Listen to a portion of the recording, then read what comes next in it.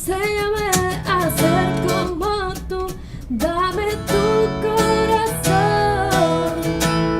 Enséñame a amar, enséñame a ser como tú, dame tu corazón. Enséñame a amar, enséñame a ser como tú, dame tu corazón. Enséñame a amar, enséñame a ser como tú, dame tu corazón, Señor.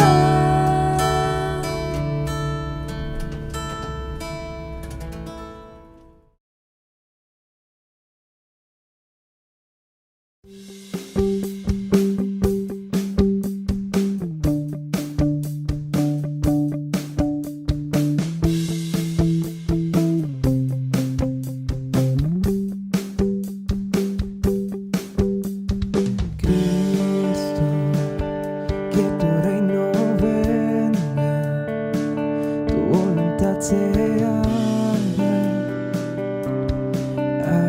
aquí. Cristo, nadie es más grande, Salvador eterno, muestra hoy tu amor. En el cielo ven hoy, en el cielo ven hoy, que tu gloria, Rey, brille con poder. En el cielo ven, Rey, levántate, ¿quién nos puede vencer? Fuerte Salvador, nuestro Redentor, en el cielo ven. Somos hijos de tu gracia, fruto de tu gloria. Clamamos, Cristo, queremos adorarte, deseamos admirarte, oh Señor. En el cielo ven hoy, en el cielo ven hoy, que tu gloria, Rey, brille con poder. En el cielo ven, levántate, ¿quién nos puede vencer? Fuerte Salvador, nuestro Redentor, en el cielo ven. Rey del cielo ven, oh, Rey del cielo ven, Rey del cielo ven,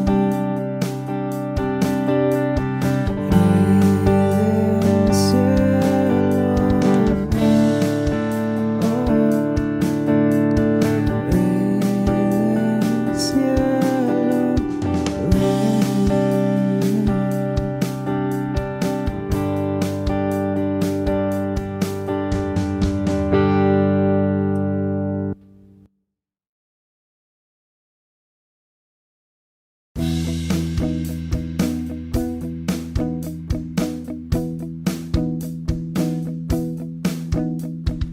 Tengo hambre y sé que tú, Señor, saciarás. Tú me llenas, tu amor nunca se acabará. Tengo hambre y sé que tú, Señor, saciarás. Tú me llenas, tu amor nunca se acabará. Y descanso en ti, y descanso en ti. Me rindo ante ti, me ofrezco todo a ti, Jesús.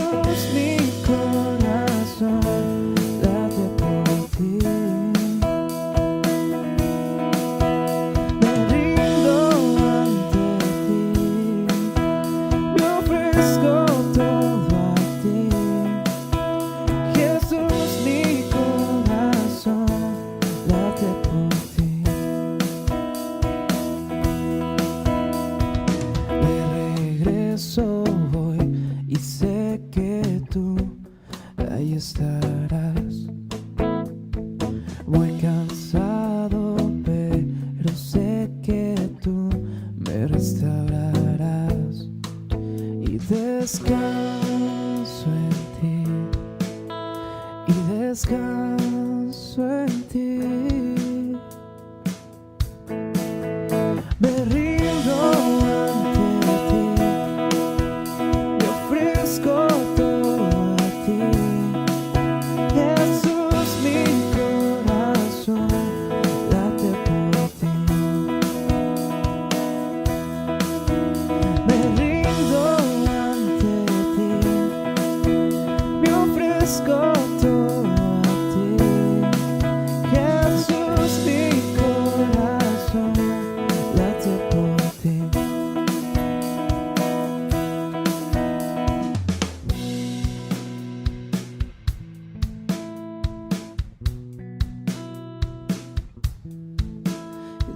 Descanso en ti y descanso en ti.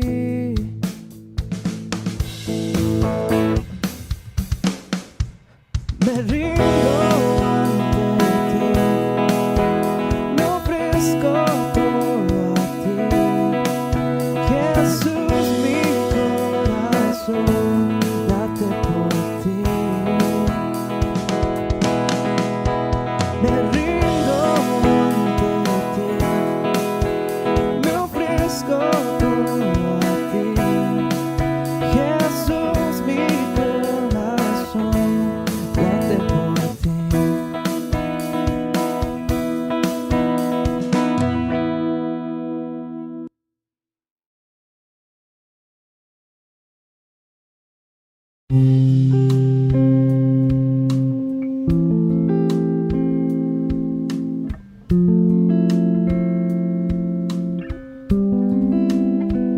Jesús el Señor, el precio pagó su vida por mí, Él entregó, se dio salvación y me liberó. En el Calvario venció, en la cruz mi Salvador me rescató.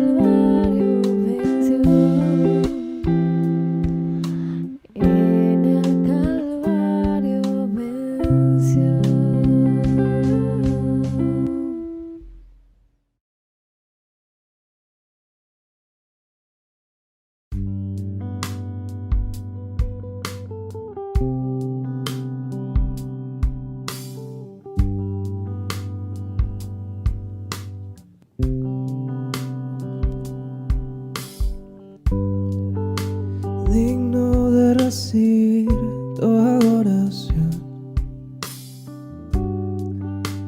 digno de recibir hoy esa canción,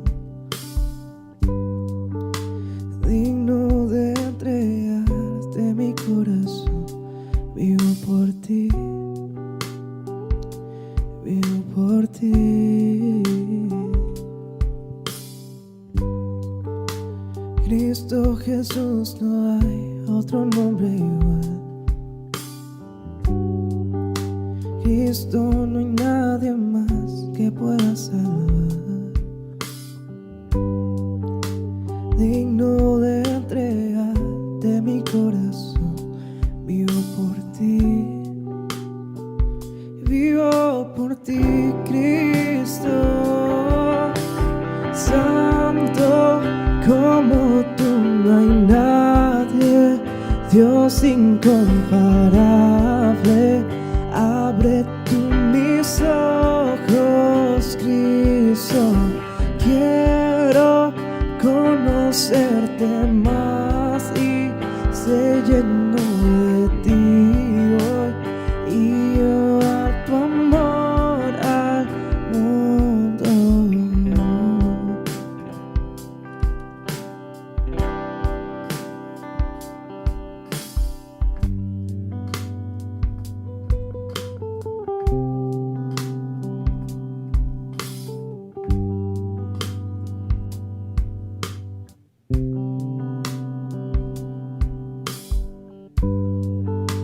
Digno de recibir toda adoración, digno de recibir hoy esa canción, digno de entregarte mi corazón. Vivo por ti, vivo por ti. Cristo Jesús, no hay otro nombre igual. Cristo, no hay nadie más que pueda salvar, digno de entregarte mi corazón. Vivo por ti, vivo por ti, Cristo. Santo como tú no hay nadie, Dios incomparable. Abre tú mis ojos, Cristo. Quiero conocerte más y ser lleno de ti hoy y llevar tu amor al mundo.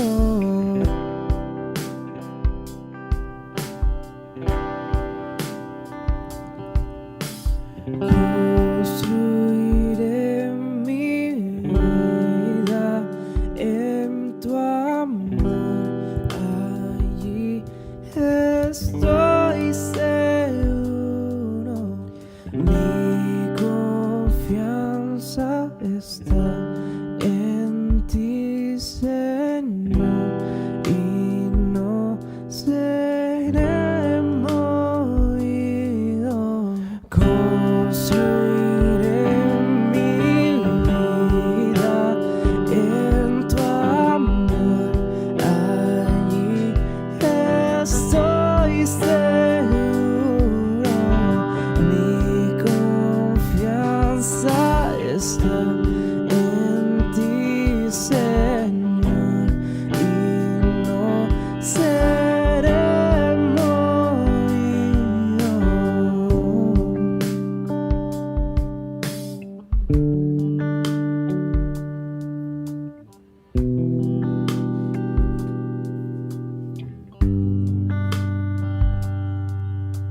Santo como tú no hay nadie, Dios incomparable.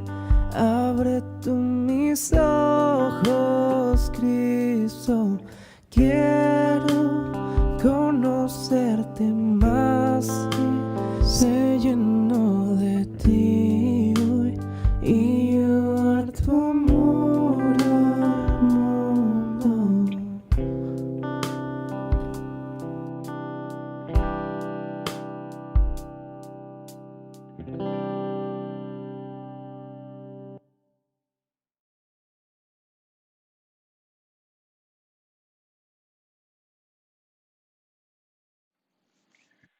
Buenas noches, familia. Bienvenido a nuestra transmisión, nuestra reunión de entre semana. Eh, Qué bueno que se pueden conectar hoy miércoles. Y pues en estos tiempos, como siguiendo como flexibles a estos tiempos que nos toca como vivir, ¿no? Entonces, me da mucho gusto que nos acompañes. Si a lo mejor esta es primera vez que te conectas, mi nombre es Edgar Moller, y soy el pastor de Calvary Cancún. Entonces, a nombre de toda la familia, siempre queremos dar la bienvenida. Entonces, gracias por acompañarnos. Y estudiamos la Biblia verso por verso, y actualmente en 3 semanas nos encontramos estudiando la serie en Primera de Samuel. Entonces, abre tu Biblia ahí en Primera de Samuel, capítulo 8, Primera de Samuel, capítulo 8. Entonces, vamos a estar estudiando este capítulo completo. Y entonces ve abriendo ahí Primera de Samuel, capítulo 8. El mensaje de esta noche, se llama Danos un rey, ¿no? Entonces, vamos a leer los primeros 3 versículos de Primera de Samuel 8. Los leemos, oramos y comenzamos. Dice así: Aconteció que, habiendo Samuel envejecido, puso a sus hijos por jueces sobre Israel. Y el nombre de su hijo primogénito fue Joel, y el nombre del segundo, Abías, y eran jueces en Berseba. Pero no anduvieron los hijos por los caminos de su padre, antes se volvieron tras la avaricia, dejándose sobornar y pervirtiendo el derecho. Entonces, Padre, te pedimos que nos ayudes, Señor, que tu palabra, que es tu voz, donde podemos conocer sin lugar a dudas tus propósitos, nos pueda enseñar y tú nos puedas hablar en lo que hoy necesitamos oír de ti. Te lo pedimos en el nombre de Jesús. Amén. La semana pasada vimos en el capítulo 7 cómo después de que el arca del pacto es regresada a los israelitas por parte de los filisteos, cómo Dios levanta a Samuel para finalmente dirigirse a toda la nación y dar este mensaje como de arrepentimiento, ¿no? Como un llamado al arrepentimiento. Y cómo finalmente ocurre como una especie de avivamiento, porque la gente pues responde lo que Dios les pedía. Y terminamos el capítulo 7 así, viendo en el verso 15 del capítulo 7 de que juzgó Samuel a Israel todo el tiempo. Y todos los años iba y daba la vuelta.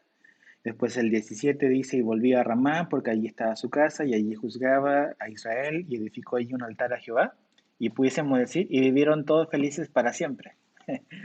Pero no, no se trata de eso. La historia humana y la historia de Israel está llena de cosas que uno dice, ok, ya aprendieron la lección, o la aprendimos, pero no es así. Y en el capítulo 8 pasa tiempo, y esto es como interesante. Si has estado como que acompañándonos en esta serie en Samuel, te habrás dado cuenta de que estos primeros capítulos, pues obviamente Samuel ha aparecido, pero ha aparecido como esporádicamente. Es como, yo lo llamo o pienso como una especie de submarino que aparece, desaparece debajo del agua, vuelve a aparecer y se vuelve a desaparecer. Y básicamente eso es. Pero cada vez que Samuel aparece, podemos ver realmente que fue un hombre que mantuvo una comunión con Dios, ¿no? Mantuvo una integridad. Y ves, si pudiésemos a lo mejor usar una palabra para hablar de Samuel, es perseverancia. Voy a dar un par de textos, por ejemplo, en el capítulo 2 verso 18 de Primera de Samuel, vemos que dice que de joven o siendo niño, Samuel servía en la presencia del Señor. En el capítulo 2 también, verso 21, dice que el joven Samuel crecía delante del Señor. En el capítulo 3 verso 19, dice que ya de adulto el Señor estaba con él. Y vivimos como lo que recién leímos en el capítulo 7 verso 15, de que toda su vida Samuel juzgó fielmente a los hijos de Israel. Entonces, Samuel fue un hombre que caminó en fidelidad, perseveró en el llamado y en el propósito que Dios tenía para su vida. Pero aquí, entre el capítulo 7 y el capítulo 8, pasan años, ¿no? Pasan varios años, porque de un hombre, de un Samuel adulto que vemos en el capítulo 7, en el capítulo 8 vemos que ya Samuel es un anciano, ¿no? Entonces no tenemos los detalles de qué es lo que pasa, pero dice que todo el tiempo que él vivió, él juzgó fielmente a los hijos de Israel. Entonces ahora ya está anciano y en cierta manera probablemente, como pasa, probablemente Samuel tenía un plan de transición, ¿no? Viéndose y reconociéndose a lo mejor como ya un hombre de edad, hay un plan de transición que no fue tan bueno, porque si te fijas aquí en el verso 2 de 1 Samuel 8 dice que en el verso 1 que puso a sus hijos como jueces y los nombra en el verso 2, pero algo muy interesante está en el verso 3. Dice que sus hijos no anduvieron o no anduvieron los hijos por los caminos de su padre. Entonces, este plan de transición que tenía aparentemente Samuel al verse ya anciano, él decide al ver su edad, al poner a sus hijos y designarlos como jueces. Acuérdate que hemos dicho que el libro de Samuel es como una transición, es al final de la época de los jueces. Pudiésemos decir que en cierta manera Samuel es el último juez y va a dar paso a los reyes, ¿no? A la monarquía. Entonces, ¿qué es lo que hace Samuel? Dice, ok, estoy viejo, pues voy a designar a mis hijos como jueces. Y sabes que aquí es donde vemos que a lo mejor quizás por la edad y por el corazón, por el afecto, pues un poco la visión de Samuel se ve un poco nublada, porque realmente cuando vemos, por ejemplo, en el libro de los jueces, te vas a dar cuenta, lo estudiamos hace un par de meses, de que los jueces eran hombres que Dios levantaba, no eran, o sea, el rol de juez no era un cargo heredable, sino que era una persona que Dios levantaba. Cada uno de los jueces Dios los levantó. No era así como una especie de título que tú transferías y que continuaba, como una especie de monarquía, sino que realmente eran hombres que Dios levantó. Pero aquí es Samuel, sorprendentemente el que designa como juez o jueces a sus hijos y realmente sus hijos no hicieron bien su trabajo. Eh, y vemos un caso de el hijo de Gedeón en Jueces capítulo 9 de una persona que sí quiso como que autonombrarse o autoimponerse como un juez que fue Abimelech y fue una tragedia para los hijos de Israel. Fue un hombre nefasto y ese fue un hombre que él quiso como que continuar con el rol de su padre. Y aquí vemos a Samuel como que en este plan de transición de gobierno o de transición a otro gobierno que realmente no fue muy bueno, no fue muy sabio de parte de Samuel. ¿Por qué? Porque dice aquí claramente en el verso 3 que sus hijos no anduvieron en los caminos en los cuales anduvo Samuel. Caminos distintos. Y sabes qué es, eso pasa. Eh, el ejemplo como padres es muy importante. Eh, el Evangelio de Jesús se debe de ver y nuestros hijos deben de verlo de primera mano y siendo testigos presenciales en nuestra vida. Y Samuel fue un buen ejemplo. No vemos que se haya visto algo, por ejemplo, como Elí, que fue un hombre que realmente no hizo bien su trabajo como padre. Aquí no vemos al menos explícitamente que en esta parte al menos todavía que Dios o que Samuel haya fallado. Vamos a ver más adelante, pero aquí es importante, sus hijos tomaron un camino distinto. Samuel fue un hombre íntegro que adoró a Dios, en cambio sus hijos no fueron íntegros, sino que fueron corruptos. Y estaban en otra ciudad, un par de kilómetros, que a lo mejor en nuestro tiempo no es mucho yendo en carro, pero en esa época el subirse a un burro o caminar eran horas de viaje. Entonces, en cierta manera, al sus hijos estar lejos, Samuel a lo mejor no tuvo mucha, como que mucha información o mucho control o mucha influencia a lo mejor a sus hijos ser jueces pero sus hijos fueron también como nefastos, no adoraron a Dios como lo adoró su padre. Y sabes qué, eran hombres que practicaban la corrupción, algo que ha existido siempre. O sea, nosotros nos quejamos de los tiempos que nos toca vivir, pero vemos que realmente la avaricia y la corrupción, como vemos acá, van de la mano, porque dice que se volvieron tras la avaricia, dejándose sobornar y pervirtiendo el derecho. Es interesante lo que la Biblia dice sobre el soborno y el peligro que eso trae. En Deuteronomio capítulo 16, verso 19, Deuteronomio 16, 19, te leo de la Biblia de las Américas, dice, no torcerás la justicia, no harás acepción de personas, ni tomarás soborno, porque el soborno ciega los ojos del sabio y pervierte las palabras del justo. El soborno dice que ciega los ojos del sabio. Entonces, cuando tú y yo aceptamos un soborno, o igual, cuando damos un soborno, estamos pervirtiendo a la autoridad. Eh, Nos quejamos en este país de que las autoridades y X te piden dinero, pero ¿sabes qué? Nosotros a veces colaboramos con eso.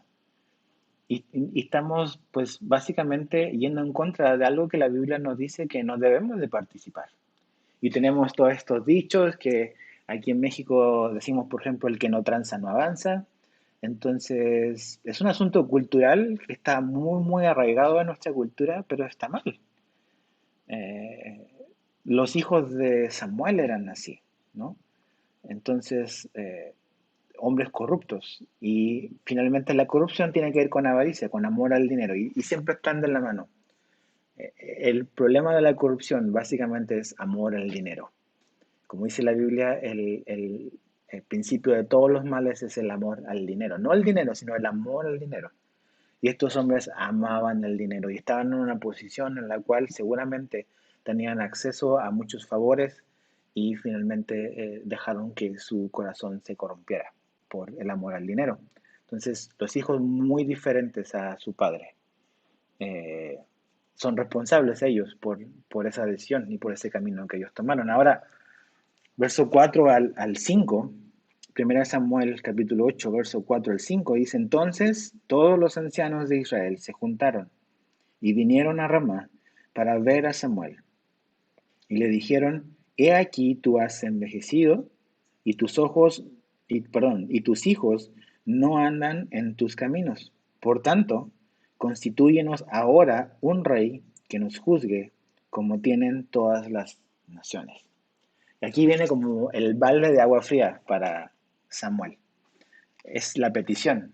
Y esta petición es, básicamente los ancianos están viendo un poco el mismo escenario que está viendo Samuel. Samuel se vio a sí mismo como un hombre ya anciano y dijo, bueno, mis hijos van a continuar.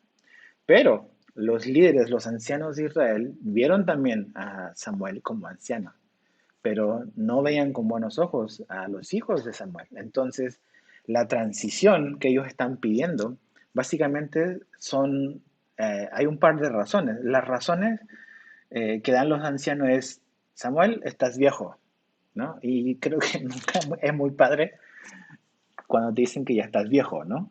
Esta semana tuve cumpleaños y va pasando un año más, ¿no? Y nos vamos poniendo más viejos, la memoria va fallando más, necesitamos lentes, y no está muy divertido cuando te dicen, oye, ya envejeciste. Pero ese era un problema, ¿no? Ellos veían que ya Samuel no le quedaba quizás mucho, pero la razón por la cual piden una transición también es porque sus hijos son corruptos. Y esas son las dos razones que le dan.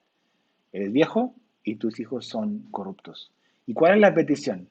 La petición básicamente es, Samuel, danos un rey. Queremos un rey. Queremos un rey. Si te fijas, te vas a dar cuenta que realmente uno pudiese preguntar, bueno, a ver, esta petición que ellos están haciendo de danos un rey, ¿es una petición que está mala? Si te fijas, ellos dicen en el verso 5, constitúyenos ahora un rey que nos juzgue ¿cómo tienen todas las naciones? En el verso 20, al final, vamos a llegar ahí, dice, y nosotros seremos también como todas las naciones. Entonces, ellos básicamente queremos un rey como todas las demás naciones. Eso es lo que ellos están pidiendo. Ahora, eh, en la época de los jueces, cuando estudiamos los jueces, al final, el último capítulo de jueces, dice que en Israel no había un rey y que cada quien hacía lo que bien le parecía, ¿no? Ahora, la pregunta que puede decir, bueno, esta petición que están haciendo los hijos de Israel, ¿es una petición como pecaminosa? O sea, de plano, el querer tener un rey era algo mal visto ante los ojos de Dios. Realmente no.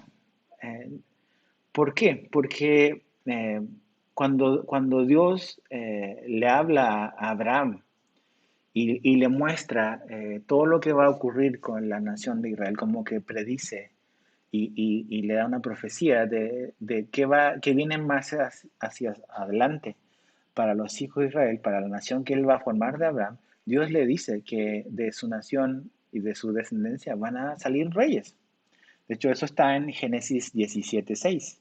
En Génesis 17:6 dice, y te multiplicaré, dice, en gran manera, y haré naciones de ti, y reyes saldrán de ti. Entonces, Dios le dijo a Abraham, Abraham, de la nación que yo voy a formar a ti van a salir reyes, ¿ok? Siglos después, a Moisés, Dios le vuelve a decir lo mismo, ¿ok? En Deuteronomio capítulo 17, puedes leer a lo mejor todo el capítulo 17, pero solo quiero que leamos en Deuteronomio 17, verso 14 al 15. Dice así, Deuteronomio 17, 14 al 15. Cuando hayas entrado en la tierra que Jehová tu Dios te da, y tomes posesión de ella y la habites, y digas, pondré un rey sobre mí como todas las naciones que están en mis alrededores. Dice, ciertamente pondrás por rey sobre ti al que Jehová tu Dios escogiere, ¿no? Y ahí le da una serie como de cualidades y especificaciones y características que los reyes tenían que tener. Entonces te das cuenta que Dios siglos antes había dicho que efectivamente que Israel iba a venir un momento donde iban a pasar a una monarquía o iban a tener una monarquía funcionando. Pero ¿cuál es lo pecaminoso? ¿Cuál es el problema aquí? Yo le llamaría es el tiempo y la motivación. El tiempo y la motivación. ¿Qué quiero decir con el tiempo?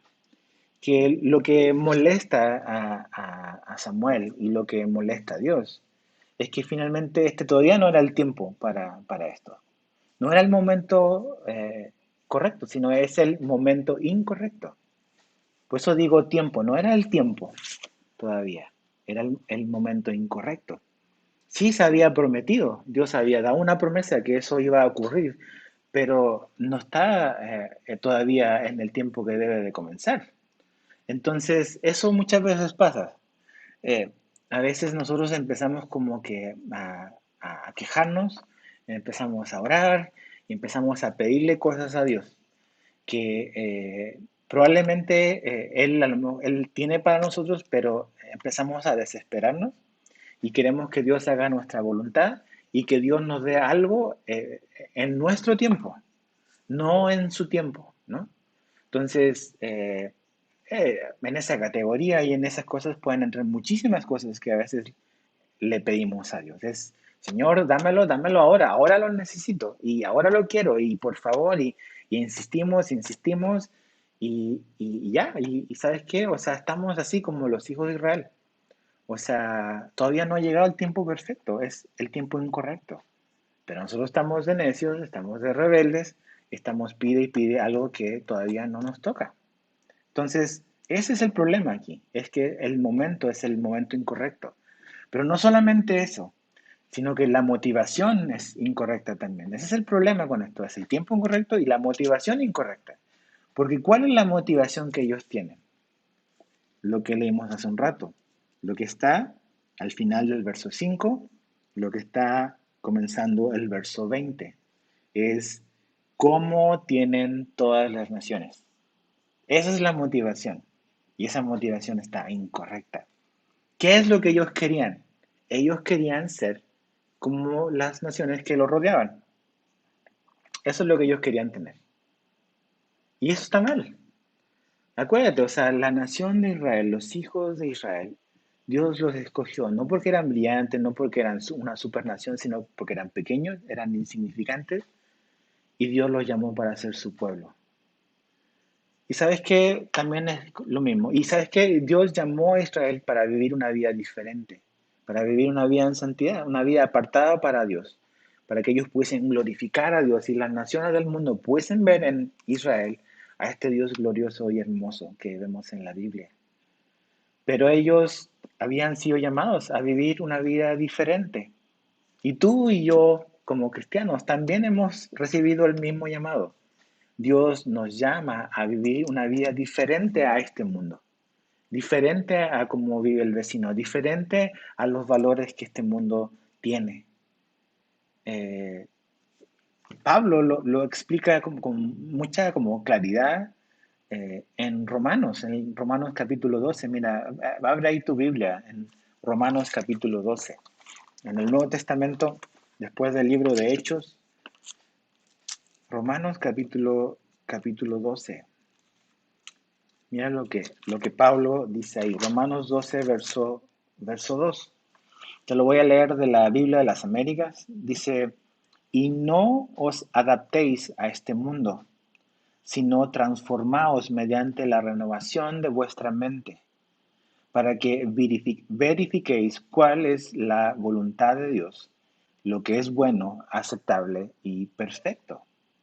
Entonces aquí Pablo nos está hablando de algo que es como fundamental en la vida cristiana, que es una vez que Dios nos ha salvado, que Jesús nos salvó y que Dios nos limpió por la sangre de Cristo, una nueva vida ha comenzado, ¿no? Y también viene este proceso donde nuestra mente debe ser renovada. Ya antes vivíamos de una manera, ahora somos llamados a vivir de otra manera. Ya no vivimos de acuerdo a los valores, a lo que la corriente de este mundo nos indica, los valores que este mundo nos quiere inculcar, sino que vivimos de acuerdo a lo que Dios nos ha revelado en la Biblia. Entonces, esa transformación ocurre en nuestra mente. ¿Por qué? Porque hemos sido llamados a no adaptarnos a este mundo, a la cultura que nos toca vivir. Sí vivimos en este mundo, no nos aislamos de este mundo, pero no vivimos y no nos conformamos al molde de este mundo. Y eso es algo que nunca debemos de olvidar. Y eso es lo que Israel está olvidando. Muchas veces nosotros queremos vivir como vive este mundo. Hacer lo que hace este mundo, vivir de acuerdo a los valores de este mundo, tener las prioridades que este mundo tiene. Y sabes que tú y yo no hemos sido llamados a eso. Fuimos comprados por un precio muy, muy alto. La sangre de Cristo. No con oro ni plata, sino con la sangre de Jesús. Le pertenecemos a Él, ¿no? Somos suyos. Entonces, todos los días este mundo te quiere dar un buen discipulado a través de todo lo que este mundo te dice. Las noticias nos quieren adoctrinar, todo, absolutamente todo. Entonces es un constante bombardeo de valores, de ideologías, y tenemos que tomar una decisión. O nos mantenemos como que fiel a lo que Dios nos llamó, o terminamos adaptándonos y cediéndonos a ser como otro más en este mundo. Entonces dice, no os adaptéis a este mundo, dice Pablo en Romanos 12:2. En Primera de Pedro 2:9, Primera de Pedro 2:9, la nueva traducción viviente, la NTV, lo pone así. Pero ustedes no son así porque son un pueblo escogido, ¿ok? Los cristianos también son un pueblo escogido. Dice, son sacerdotes del rey, una nación santa, posesión exclusiva de Dios. Por eso pueden mostrar a otros la bondad de Dios, pues Él los ha llamado a salir de la oscuridad y entrar en su luz maravillosa. Entonces, tú y yo también, como cristianos del Nuevo Testamento, hemos sido llamados a vivir una vida distinta a nuestros vecinos, distinta a este mundo, a los valores de este mundo. No olvidemos eso. Entonces, muchas veces las motivaciones de lo que hacemos y por qué hacemos las cosas es porque queremos vernos como este mundo se ve. Y si estamos teniendo esas motivaciones están mal y nuestro corazón necesita arrepentirse y recordar quiénes somos y recordar quién es nuestro Dios. Entonces es el tiempo incorrecto, algo que vendría pero no era el momento, y es una motivación incorrecta lo que está llevando a los hijos de Israel a pedir un rey. Danos un rey ahora, eso es lo que queremos, ¿no? Ahora, ¿cuál es la reacción de Samuel? Es interesante. Volvamos ahí a 1 Samuel 8, vamos a leer del verso 6 al 9.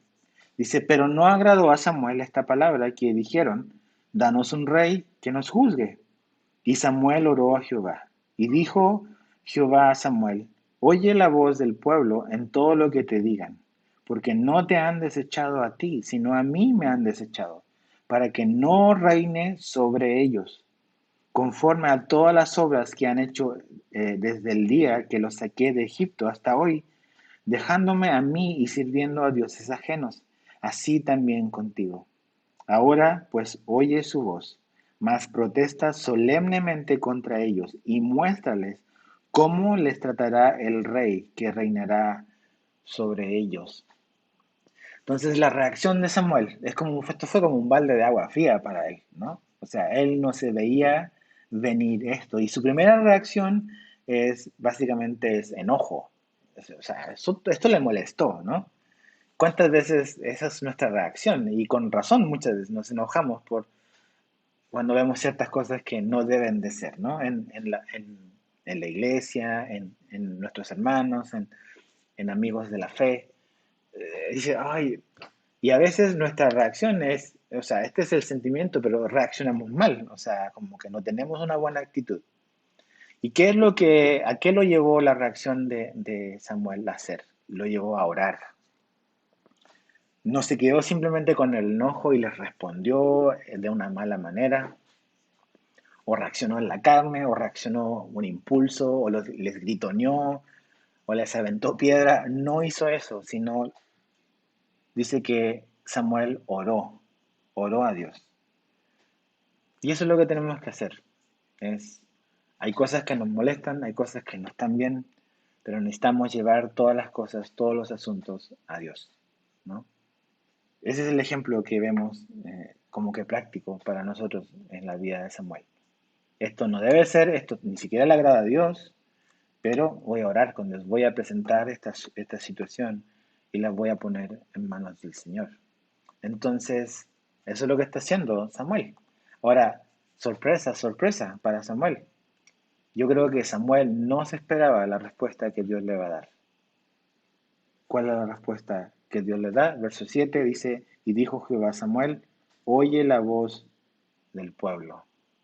¿Te imaginas como de Samuel? ¿Cómo, Señor? O sea, ¿entendí bien? A ver, no. Seguramente estoy escuchando mal. ¿Cómo que oye la voz del pueblo? Y eso es lo que Dios le dice. Oye la voz de ellos, oye la voz del pueblo, ¿no?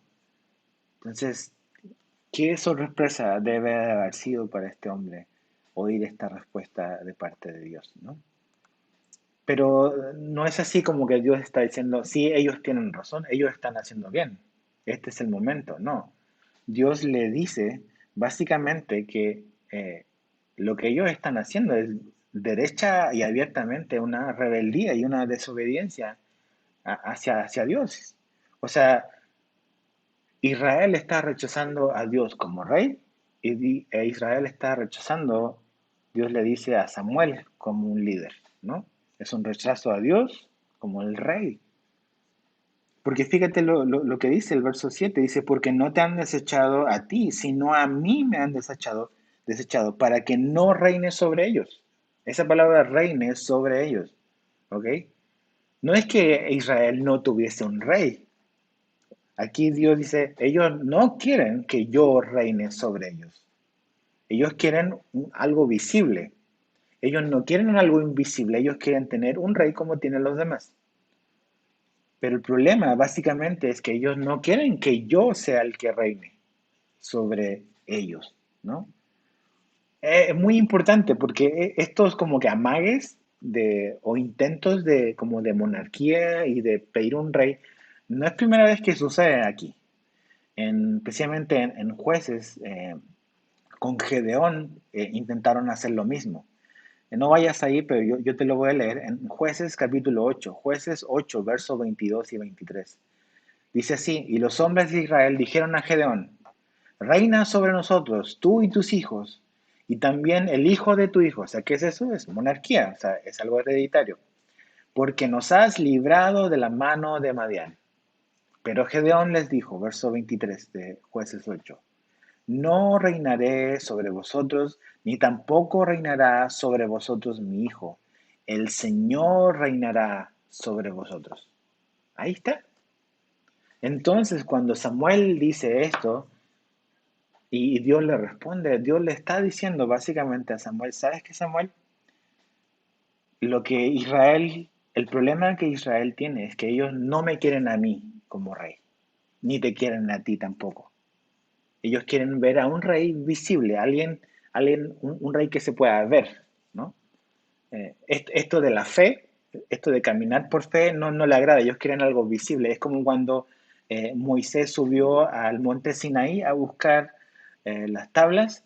¿Y qué pasaba abajo? Pues Aarón cedió a la presión y construyeron este becerro de oro porque de alguna manera querían darle forma visible a la divinidad, a la deidad, ¿no? Y construyeron un becerro de oro. Entonces, este asunto de no ver, de no caminar por fe, de querer tener algo palpable, era algo que realmente ellos estaban pues haciendo porque se cansaron ellos querían ser como el resto, ¿no? Entonces, ¿qué es lo que vemos acá? Dios le dice a Samuel, dale lo que están pidiendo, óyelos, y dale lo que ellos piden. ¿Y sabes qué? Cuidado con lo que le pides a Dios, porque a lo mejor Dios te lo da. Dices, ¿y no es eso bueno? Pues aquí Dios les va a dar algo que no es bueno todavía, no es el tiempo.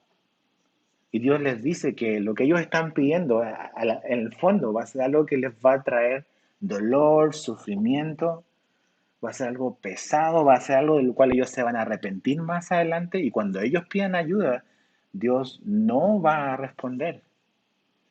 Entonces, cuidado con lo que le pides a Dios, porque Dios puede terminar diciéndote sí, ¿no? O sea, a veces, mira, Dios no nos dice a todos sí, y gracias a Dios por eso, porque Dios no es un Dios eh, que nos consiente, no es un Dios consentidor. O sea, esa palabra a veces, Dios me consiente, para empezar no la veo en la Biblia, Dios me ama, ¿ok? Dios nos ama así. Pero Dios no es este papá, este padre, esta figura paterna muy humana que hemos construido de que Dios nos consiente y nos malcría. Dios no está interesado en malcriarnos. Hebreo nos dice que Dios nos disciplina y parte de su amor es disciplina, ¿ok?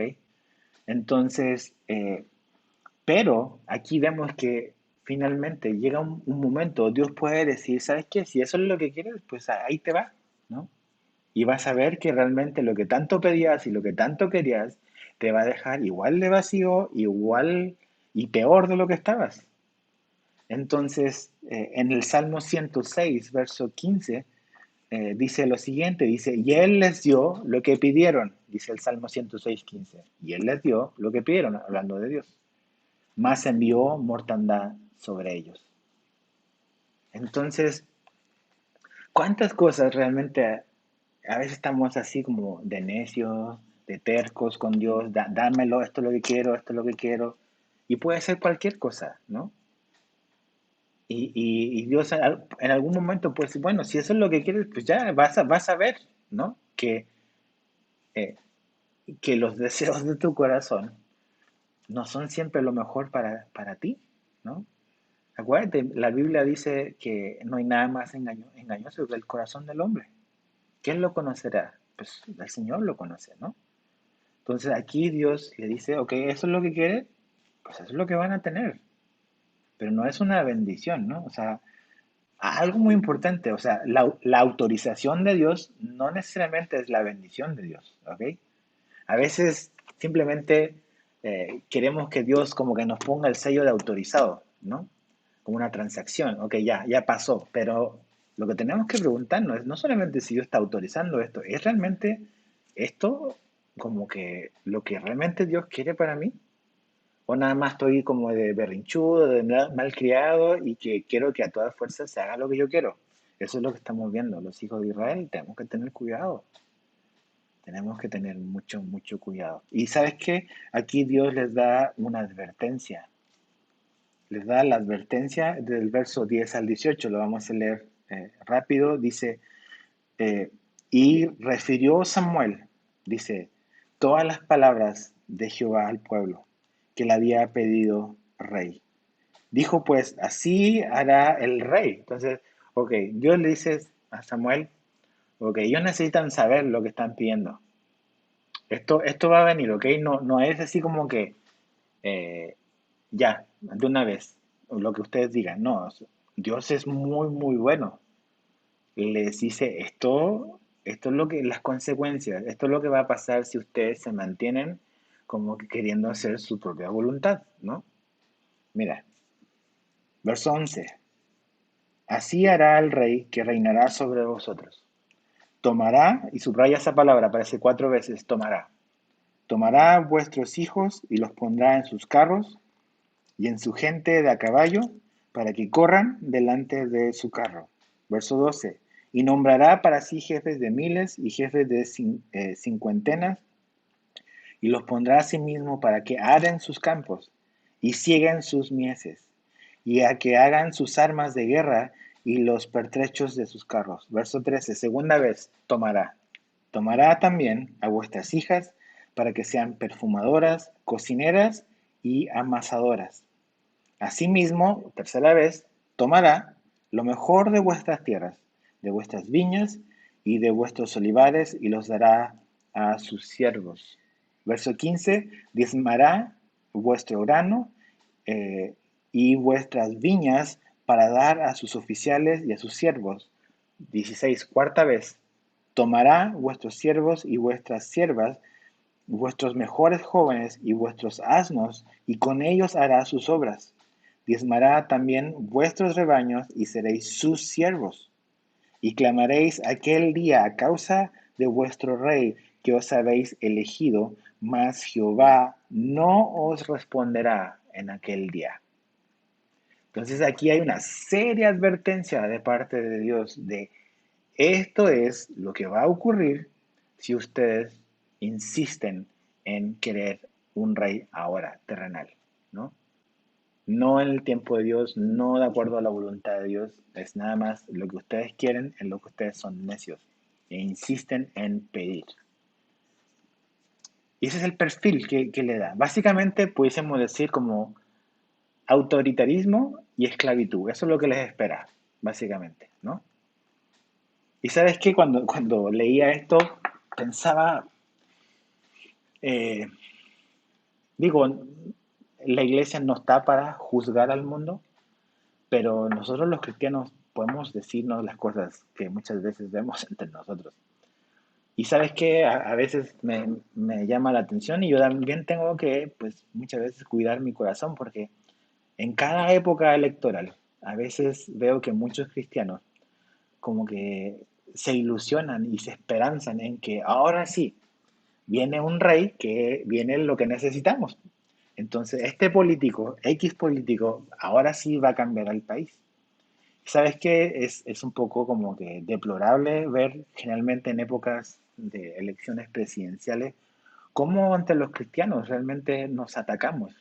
Y en lugar de demostrar el amor cristiano, estamos nada más hablando en contra del que va a votar por el otro. Y a veces realmente estamos poniendo nuestra esperanza en una persona en la cual no debiésemos de esperar mucho. Realmente como cristianos no debiésemos esperar absolutamente nada del gobierno. No quiere decir de que nuestro voto no importe, ¿no? Estamos en una democracia, al menos hasta ahora, y debemos de ser muy, muy sabios en por quién votamos, ¿ok? Yo no sé si en tu elección pasada estás seguro de haber votado correctamente, ¿no? Después de 2 años o no. No voy a hablar de eso, pero a veces veía que había gente que decía, no, ahora sí, ahora sí vamos a cambiar, el país va a estar mejor. Y yo les pregunto, ¿no? O sea, ¿qué piensas ahora? ¿Si finalmente cambió el país? Entonces, no, no, no, sí queremos un rey, queremos un nuevo rey, queremos un rey visible. Ahí está nuestra esperanza. Y sabes que ningún hombre, ningún gobernante va realmente a cumplir lo que promete, ¿no? Tenemos que elegir, no es como que lo mejorcito, tenemos que elegir a veces lo peor, lo que es menos malo. Entonces, pero como cristianos no somos, no debemos de poner nuestra confianza en X político o en X partido. O sea, si hacemos eso, estamos cayendo en el mismo error que cayeron los hijos de Israel, como que la esperanza para poder mejorar era que viniese un rey, ¿no? Y que los llevase a luchar contra los enemigos, que, y sabes que nuestra esperanza no debe estar puesta ahí. Básicamente lo que viene para ellos, Dios les dice, es van a tener reyes que son autoritarios y van a ser reyes que los van, en cierta manera, a volver a la esclavitud. Es como volver a Egipto. O sea, eso es lo que quieren, como que estar otra vez en esclavitud como estaban en Egipto. Y esta palabrita que te dije, que aparece 4 veces en estos versículos, es importante porque Dios les dice básicamente que el rey, que el haber tomado esta decisión de desechar a Dios como rey, va a significar que los reyes que van a venir, lo único que van a hacer es tomar, tomar, tomar, tomar. 4 veces dice, y tomará, tomará, tomará, tomará. Esa es la advertencia. Y que básicamente van a ser sus siervos, van a ser esclavos. Entonces es muy importante, y este es un principio muy, muy importante. Vivir una vida independiente y autónoma de Dios siempre te va a llevar a la esclavitud, ¿ok? Vivir una vida independiente y autónoma de Dios siempre te va a llevar a la esclavitud. Eso es lo que ellos quieren. Lo vemos desde el inicio, o sea, en el Edén. ¿Okay? Dios, queremos vivir una vida independiente, queremos ser como tú, queremos saber lo que es bueno y lo que es malo. Esta falsa idea de vamos a ser como tú, vamos a ser libres. ¿Qué es lo que ocurrió? El hombre terminó siendo esclavo. Y muchas veces esa es la mentalidad. Y sabes qué, sobre todo la gente joven, los jóvenes adolescentes o la gente joven piensa y ve o tiene esta idea, esta concepción de Dios está aquí nada más para impedirme que yo pueda ser libre, para impedirme que yo pueda desarrollarme, que yo pueda alcanzar mis metas, yo quiero ser libre, yo quiero esto, yo quiero otro. Y sabes qué, cuando tú quitas de la ecuación a Dios, vas a terminar siendo un esclavo. O sea, una vida independiente y autónoma de Dios no te va a llevar a la libertad, te va a llevar a la esclavitud. Entonces, ten mucho cuidado con lo que pides y con lo que anhelas y con lo que deseas, porque no es como tú piensas. El pecado siempre esclaviza, siempre esclaviza. Ahora, el pecado, ¿por qué es el pecado? Porque es muy tentador, se ve muy, muy deseable, ¿no? Y causa placer, pero causa esclavitud y después causa muchísimo dolor. Entonces tenemos que tener mucho, mucho cuidado. Básicamente Dios les está diciendo a los hijos de Israel, ¿saben qué? Los reyes los van a decepcionar tremendamente. Los reyes no van a hacer lo que ustedes piensan que van a hacer. Los van a decepcionar. Y cualquier hombre, cualquier esperanza que tú tengas en un partido, en un gobernante, en un político, en un líder, tarde o que temprano vamos a encontrarnos con decepción. Porque están hechos de lo mismo que estamos hechos nosotros, de carne y hueso, y igual de caídos que tú y yo, con un corazón en una gran necesidad de Dios. Entonces, esa es la advertencia que Dios les da. Ahora, ¿cómo reaccionan ellos a la advertencia de Dios? ¿Escuchan el consejo de Dios o no lo escuchan? Fíjate, versos 19 y 22 para ir terminando. Pero el pueblo no quiso oír. Pero el pueblo no quiso oír la voz de Samuel y dijo no, sino que habrá rey sobre nosotros. Así como que esto es mío y yo quiero y cómpramelo mamá y si no me pongo a llorar. Dicen no. O sea, decirle no a Dios, ¿ok? No, sino que habrá rey sobre nosotros. Dice el verso 20, y nosotros seremos también como todas las naciones. Ahí está otra vez, ahí está la motivación. No nos gusta este rollo de ser santos, de vivir una vida para Dios. No queremos ser como el resto. Dice, verso 20, y nosotros seremos también como todas las naciones, y nuestro rey nos gobernará. Ok, nuestro nos gobernará y saldrá delante de nosotros y hará nuestras guerras. ¿De verdad? O sea, ¿a poco se les olvidó que las batallas que ganaron son las batallas en las cuales Dios les dio el triunfo? O sea, un par de capítulos atrás perdieron porque precisamente estaban haciendo su voluntad, ¿no? Pero el momento en que ellos decidieron reconocer a Dios como su líder y venir a Dios, pues Dios les dio el triunfo sobre sus enemigos. Pero dicen, no, Él hará nuestras guerras. Necesitamos a alguien que vaya al frente, queremos ver a alguien. Qué fácil es poner los ojos en las personas, en el pastor, ¿no? No, yo necesito a alguien visible, eso de ahora en la cuarentena, de estar en mi casa, no, yo necesito a alguien que me resuelva los problemas. No pongas tus ojos en las personas. Sí, el testimonio y el ejemplo es muy, muy importante, pero tus ojos deben estar puestos en el Rey del universo, en Jesús, ¿ok? Dice verso 21, y oyó Samuel todas las palabras del pueblo y las refirió en oídos de Jehová. Y Jehová dijo a Samuel, verso 22, otra vez, oye su voz y pon rey sobre ellos. Entonces dijo Samuel a los varones de Israel, idos cada uno a vuestra ciudad. ¿Te das cuenta como la necedad de los hijos de Israel? La insistencia es no, no, o sea, no vamos a escuchar lo que Dios nos dijo. Queremos que nuestra voluntad se haga. Queremos ser como el resto. Ese es el problema. Queremos ser como el resto, cuando ellos no fueron llamados a ser como el resto. Y tú y yo no hemos sido llamados a ser como el resto. Hemos sido llamados a ser la gente de Jesús, la gente de Dios.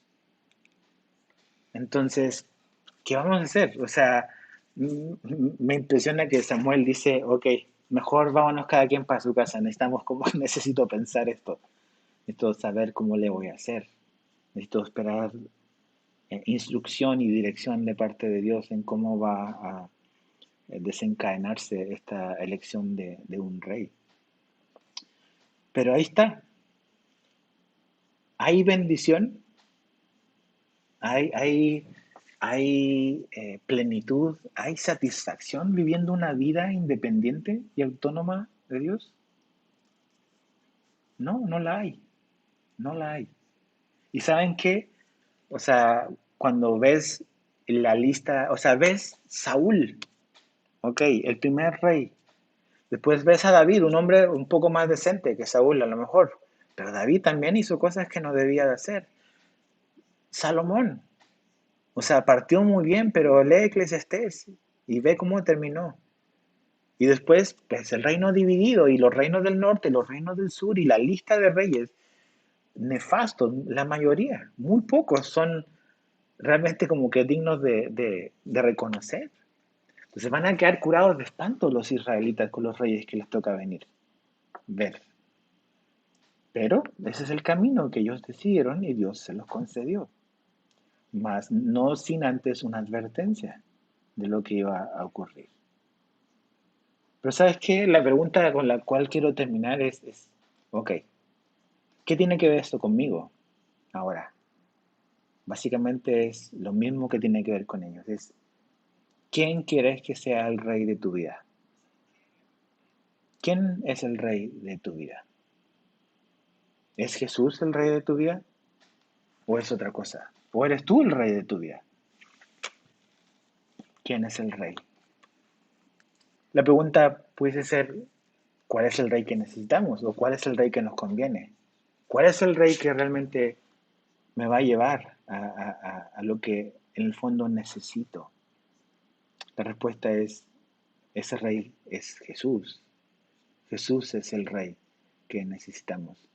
Cuando ves los jueces, cuando ves Samuel, cuando ves el libro de Reyes, te vas a dar cuenta que aunque hubieron hombres que sí fueron hombres piadosos, que tuvieron fallas, pero realmente cada uno se quedó corto. Los jueces, los reyes, los sacerdotes. ¿Por qué? Porque finalmente nadie podía cumplir y podía llegar a la estatura del rey que efectivamente la humanidad necesita, que era y que es Jesús, ¿no? Cuando Jesús comenzó su ministerio, de hecho este texto lo leímos hace poco, el domingo, en Mateo 4:17, Jesús dice lo siguiente. Dice, desde entonces comenzó Jesús a predicar y a decir, arrepentíos, porque el reino de los cielos se ha acercado. Y se acercó en la persona del Rey mismo. Jesús, el Rey, se acercó a nosotros. Pero algo muy importante, a diferencia de los reyes terrenales, que aquí Samuel 4 veces dice, ellos tomará, tomará, tomará y tomará. Jesús no vino a tomar, sino que Jesús vino a dar. No a tomar, Jesús vino a dar. Y con estos 3 textos terminamos. Primero, Juan 10, 10 y 11. Juan 10, 10 y 11 dice, el ladrón no viene sino para hurtar y matar. Yo he venido para que tengan vida y para que la tengan en abundancia. Yo soy el buen pastor y el buen pastor su vida da por las ovejas.